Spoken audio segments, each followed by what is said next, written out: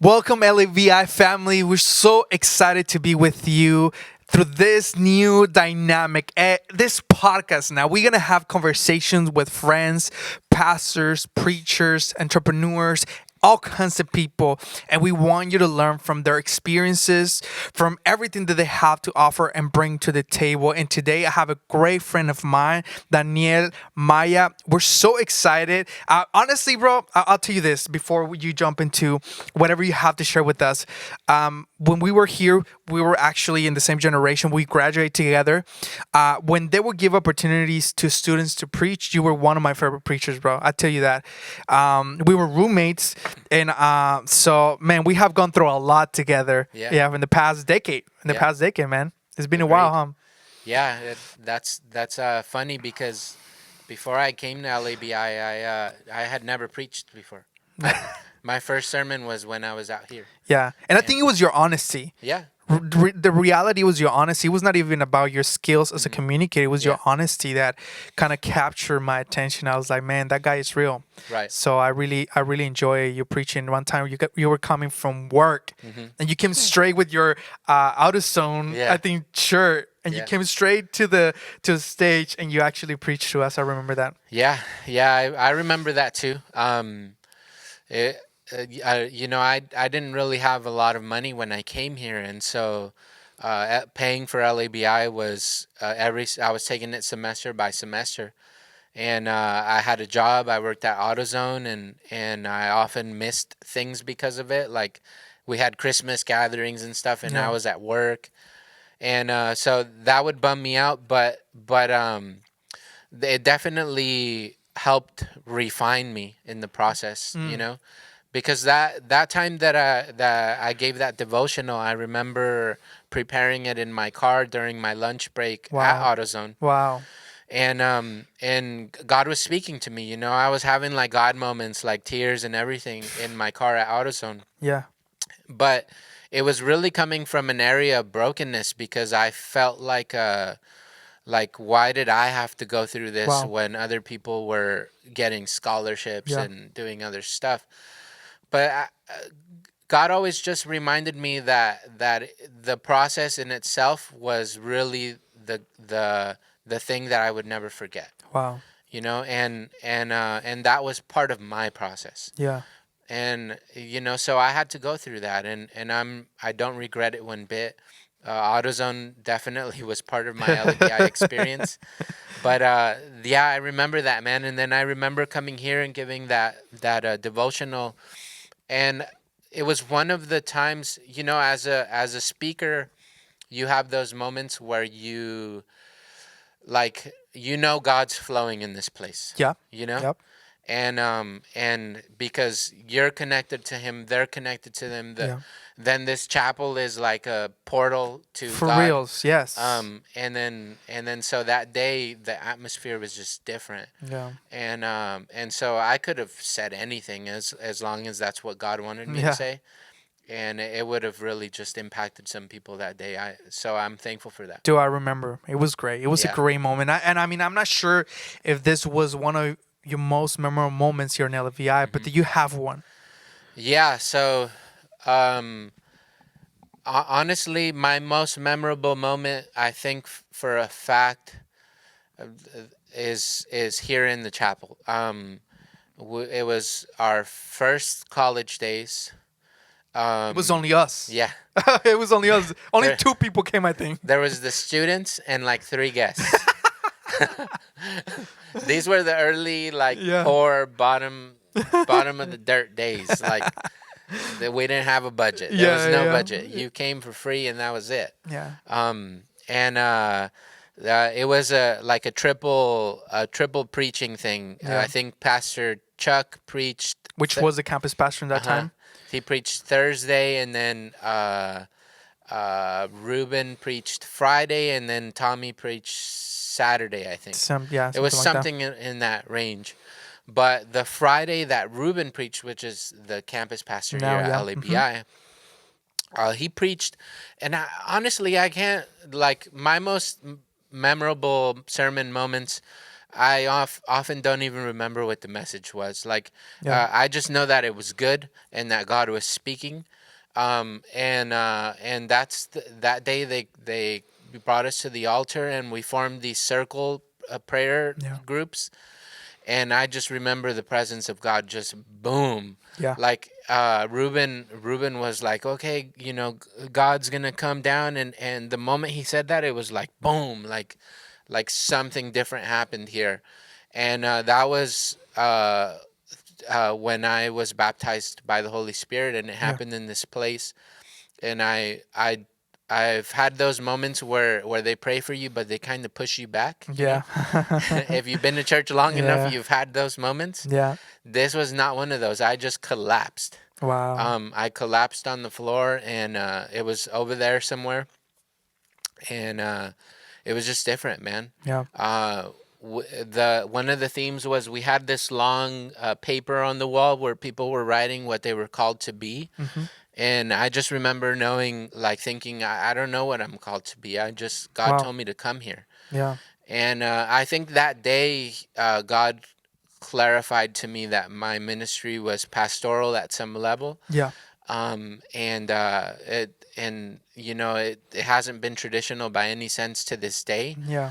But that moment, I'll never forget it. Wow, that's That amazing, man. I Yeah, think I remember that. I remember those yeah. moments, and I think going back a little bit of piggyback, like Hmm. of what you say. You at that moment you really didn't know what you were called to do. You just knew there was some store to a certain level. Yeah. Now, you right now work for Templo Calvario, Hmm. one, I believe, one of the biggest Hispanic Latino churches in Southern California, one of Yeah. the biggest ones, and you work there. So taking it back a little bit, we want to have a conversation on consistency. Hmm. Being rooted, being planted, Yeah. and how important that is. I think sometimes we underestimate the power of consistency and commitment and being rooted, and the fruits that can give. There's sometimes no way around. There's no Yeah. shortcuts, but just to be planted and rooted. And I feel like now we live in a generation where we don't value that much. We want things fast. Hmm. We want things as soon as we can get them. Like we don't know how to navigate life with consistency Yeah. sometimes. So talk to me about it. I know that you share a little bit in Hmm. one of your messages, Yeah. but can we spend a little bit more about that? Yeah, for sure.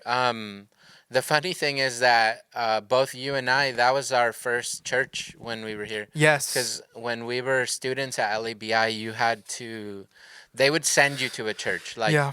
you didn't even get to choose the church. You just go. You got sent Yeah. somewhere. And so it was me, you, and the only reason I was the leader is because I had a car. Yes. And that's just how it went. Then, Yeah. if you had a car, you were automatically anointed leader. And so we went to Templo Calvario that semester, and I said in my message that I come from a small church environment. Literally, the definition of small church, right? When my uncle, the pastor, started our church in Reno, we were literally in like a room, and then it grew to a bigger room, and then they tore down the wall, and it was two rooms, and then eventually they bought a building, but it was still this small church environment. Yeah. And Templo was the first time I ever saw like a ginormous building, Yeah. Me too. and it was massive. I Yeah. mean, there was multiple buildings. They Yeah. had a children's church, they had a youth church, they had all kinds of stuff, Hmm. and I just remember being awestruck by it. And it was I think everyone was right at the time when you heard, oh, at Templo Calvario, and we got to serve Yep. there. It felt like we were part of something special. Yeah. But it's very easy to get caught up in that because the lights and all of this, and you think that, oh, they got a perfect church there. Yeah. It certainly isn't that. Yeah. But I certainly did not know that God would bring me back there. Like, Wow. I don't know I started working there Yeah. in 2016. So from 2010, it took 6 years for me to actually go full circle Yeah. back to Templo. And in that process, I remember you and I were working together. We graduated from LABI. Hmm. We were lucky enough to be hired. Yeah. We were not getting paid that well, but we just loved the school. Yeah. And in that time, the president, he taught us something very important, which was working hard and being Mm-hmm. consistent. You know, Yeah. and through that process, you were working, you were Yeah. invested, you were consistent in what you were doing. You Mm-hmm. know, you never quit, even if things didn't go your way or it was not easy. I remember you would just figure it out. You know, we Yeah. there was moments that we were moving from an apartment to a studio to a studio to Yeah. like dorms. It was just all over the place. You know, Yeah. for you, how do you navigate life with inconsistencies around you? How do you keep yourself rooted Yeah. and committed to something when there's so many inconsistencies around you? Well, I mean, it's really easy to just go with the wind, and opportunities come up here and there, and to constantly jump around. I think that's the popular way of doing ministry. What's definitely hard to do is to be consistent, even when you're in a dry area. Yes, You know, yes. when it's not fun anymore, when it's not just the lights and the Sunday service, maybe attendance is dwindling.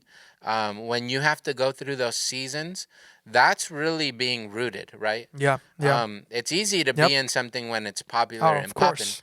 but when it's not, it's like that's when everyone falls off, and then you often find Yep. yourself still here. Yeah. You know? It sounds more sexy than what it is, you know, Yeah, because people obviously see the superficial yeah, thing, you know, and they don't see really what is going on under the water, yeah. you know. So Yeah, yeah. that's funny that you say that because one of my mentors here at LABI was Pastor Jack Miranda, and he used to say sexy missions. The I church loves love him. sexy missions Yeah. because it's those missions where you go on a missions trip and it's like you're on a trip in Honduras, Yeah, yeah, and you wake up and you take pictures with the little kids there and stuff. But the real missions, yeah. Yep. like people that are their lives are being threatened and they don't have food to eat all the time, and they're Yeah. going through the struggle just to preach the gospel. So that's the idea of sexy mission. So it's the same in ministry, right? Yeah, There's yeah, sexy ministry, the evangelist ministry, where you just show up, drop bombs, and take off. yeah, yeah, yeah. Yeah, I think I mean, maybe you and I were not so much um, necessarily captured by that. You know, we believe in serving the local hmm, church. We believe to be consistent and yeah, applying ourselves because I think that many times in the time that we live right now, I feel like we need people that are planted and rooted in a hmm, place, you know, whatever that looks like. And we're not saying be on in an unhealthy place or in an unhealthy relationship yeah, and be planted and rooted.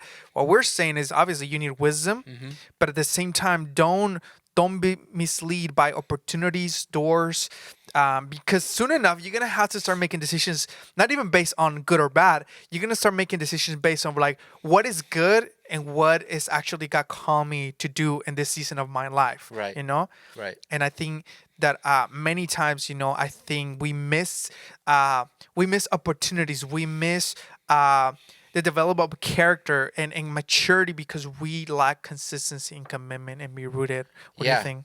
Yeah, that's good. And I think that's one of the reasons why I preach that message is because I've lived through it to some degree, you know. Obviously, we've all been shaky at times, and Yeah. we've maybe not stuck it out long enough, or we gave up too soon or something. But something that definitely happened when I came to LABI is that I started identifying the seasons God had placed for me, whether it was becoming a student here, and then right after that, becoming a staff member here with you and Eli and everyone else who was with us at the time, and sticking through that because it would have been really easy to, after the first few semesters, be like, Yeah. this is too hard. Yeah. I'm not making a whole lot of money. And we were sharing a Yeah. dorm first, Yeah. and then when the school was getting too full, they kicked us out into a Yeah. studio. And Which was super small, by the Yeah, way. but to us was huge Yeah, in we your were own we were place. growing. Yeah. Um, but going through that and sticking through it and going through that season with Eli and everything that came after that, there's definitely been a trend, at least in my life, where I know and I see it coming, that God is now shifting the season to something else. and but I stay consistent. Yep. And it's not until God moves me that I move, and not just me because I'm chasing a position or because I'm chasing money Yeah. or opportunities or because they're gonna let me preach there more. Like, that's never been my goal. Mm. And I think most people who know me know that I've never really been a clout chaser. Um, I really have never much cared for who knows who I am and who cares who I am. I really just want to do God's work, Yeah. and try to do it right, you know. And so that's been my ministry throughout these years, and wherever I've been, whoever I've been able to help, I'm okay with not being the head honcho. Yeah. Like, that's okay with me. um it's worth I think it's worth mentioning that before you even got hired, in your position right now Hmm. in Templo Calvario, you were working in a warehouse, Yeah, correct? Over there by Riverside, yeah. almost. You would drive from La Puente to Riverside, which is what, 45 minutes to an hour without traffic. Without traffic. Without traffic, yeah, like 45 minutes. Uh And huh. then you would catch traffic. But I Yeah. remember you, like, there was a season of your life where you were not necessarily involved in a church like that Hmm. well, right? Right. What happened? How do you navigate the tension between, I know that this is my purpose and my destiny? It has to do something with pastoral, Hmm. but right now I'm like literally working in a warehouse. Right. Different dynamic. How do you maintain yourself consistent and committed? How Yeah. was your mentality and the way you were processing things in that moment or that season? Yeah, that was a tough season. Because, like you said, it's not what we thought we would be doing, you know. And at the time, it was just I I was serving at a church in Long Beach alongside my wife, who at the time was my girlfriend and later my fiance. But um, I was really there more for her because she was the worship pastor there, and but I decided to root there. Like, I made the decision that we were going to do this together, and that not just because I didn't have something to do that I wouldn't follow her goal in her ministry. So eventually, I served as the youth pastor there, and I worked in Moreno Valley at the time at a warehouse, and I got connected through that through people that I had met at that church in Long Beach. But that was part of the season, because I'll tell you, that was hard. Like, Yeah. going to work a regular job when you haven't been working regular jobs for Yeah. a while, it's tough to do that. You wake up super early, I Yeah, remember. my schedule was like 5 to 5. Like, we were working so much overtime Yeah. and 6 days a week. It was pretty crazy, but I was a lead at that warehouse, and although it doesn't sound like ministry, there my character was molded there. Yes. You Love it. know, Love it. it really was because Yes. I did not know leadership at that level before. Mm-hmm. Mm-hmm. Yeah. Um, when you're a warehouse lead, you're in charge of employees now, and their characters, and none of them are Christian. Personalities, Yeah, everything. Yeah. they cuss you out. Yeah. They want to beat you up because you were following your plans. And so I had that experience there where there was people who literally threatened me. My car got keyed. Wow. I went through that season, but one thing I'm proud of is that I never gave up. Yeah. Like, it would have been so easy to give up because it just was so easy to give up at that Yeah. time. Um, Even go back home where yeah, you grew up in Reno, right? right, right. Just to go home and say, this didn't work out. Yep. Yep. Yeah. And but I I knew at the time that God was telling me to be patient, Wow. and that's what I did. So I stuck it out. I worked through it, and I had that experience, and I learned how to work with people at a different level, and different characters, and I never made enemies there. If anything, God removed people from there who were trying to get on my bad side, but I never did anything to anybody. And I met people there that I hope I can still say to this day that I maintained my integrity, Oh, and that they knew I yeah. was a minister, and that I had gone to Bible college, and that they knew that I never was out of pocket or out of line, Hmm. even there at that warehouse. And I constantly just maintained my testimony there, and that was my goal I until love God that. moved me. Yeah, no, I love that because I Yeah. think it's important. I think we sometimes we minimize, the shaping of your character. Hmm. Have integrity. We were just talking about that, and I think that we sometimes we don't see that as a win. Yeah. You know, and it's really what has sustained us. I Yeah. think towards the future, if we want longevity, this is an important thing to be developed, and those things never develop Hmm. in your room. They develop like in the real world, Yeah. right? With real Yeah, people. with real people that challenge you all Uh, the time. yeah. But I love that, I feel like when we have to understand, I feel many times that if we're gonna root ourselves into a place, even be committed and consistent to a place, the outcome might be something that we never thought, Yeah. and we have to be okay with that. Hmm. That you honor the season that God put you in, Yeah. and just honor that. And I just give you an example, as we close this. Um, before the pandemic, we have the opportunity. We planted a church. Hmm. 2 years later, we got a building. Through an organization, things work out. And when the pandemic happened, we started investing time, resources, money. We painted the place. We were just dreaming so much about that building, bro. Like I mobilized people during the pandemic. That's not good, Hmm. but we were painting. We were just rebuilding everything, Yeah. cleaning that thing out. And months later, things didn't work out with our organization, and we had to let go. Yeah. And we finished working that thing, like we set it up for the next church that Yeah. actually takes over. But one of the things that I wanted to tell the people, and I told our leaders, and our volunteers, I was like, God is never going to waste our commitment in this. Yeah. You know, Never. we can gladly say we honor what you trust us with, Hmm. even if the outcome is not what we wanted. And I think that's something important. I don't know if you have any thoughts about that. Yeah, those are straight facts. Like, Paul says it right, where there's no work done for God that is too little or too minimal. Yeah. And so you may think this is nothing. I'm just pushing papers. I'm just Yeah. painting these walls, Yeah. Yeah. and oh my God, I wasted my time because now that church is not even ours anymore.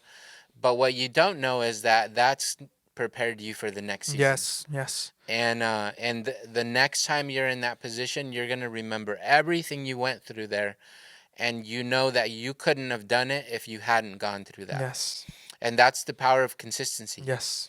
If you constantly are giving up and moving on and doing this, you're never gonna be prepared for the next season, and then the door is never gonna be open for that next season. Yes. I So agree. you're constantly going to wither and move away, and you have to be prepared to go through it.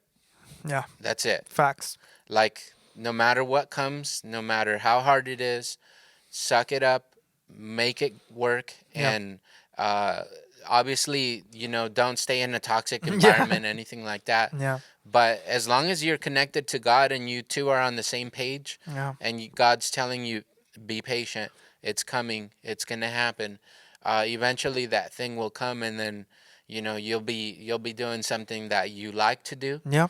and you get paid for it, Hmm. and then you have the opportunity to go to school and do all these other things that you have time for now, but you would have never gotten there if it Yeah. hadn't been for that thing. Amen. Yeah. I that's just speaking facts right now, and I think that that's very valuable. I know there's so much more that we can say about this, many experiences that we can share with the Yeah. students. But I think, family, I do believe that hopefully you can get something out of this. Many great things, little nuggets, that you can apply to your life. And Daniel Maya is an example and a testimony, of consistency, of what consistency bring to the table. Any last thoughts that you want to share with the students? No, I appreciate the kind words. I mean, there's a lot of things I'm not, but one thing I for sure ain't is a quitter. And For and reals. so I hope to keep doing that, in my life, and whatever seasons come forward, and come in my life. And something I forgot to say in my sermon that just popped into my head is you're gonna have to be prepared to let go of certain things in order to get to that next step. Hmm. You know, Yes. we all came to LABI thinking this would plan out like this. We had this girlfriend, we had this Yes. plan. We were gonna get married. We were gonna go back home, and then it all shattered. Yep. So what you have to understand is that to get to that place that God wants you to be, not where you want to be, you're gonna have to let go of stuff that you think are part of the plan, but they're really not. Yeah. Yeah. That's so good. That's so good. Well, family, we're so grateful that you're part of this conversation, and we're so glad to have you with us, Daniel Maya. Thank you. Hopefully, we can have you back soon again, and we just can have more conversations about this. And well, family, we're just done. We hopefully you enjoyed this conversation, and we hope that to see you soon. Yeah.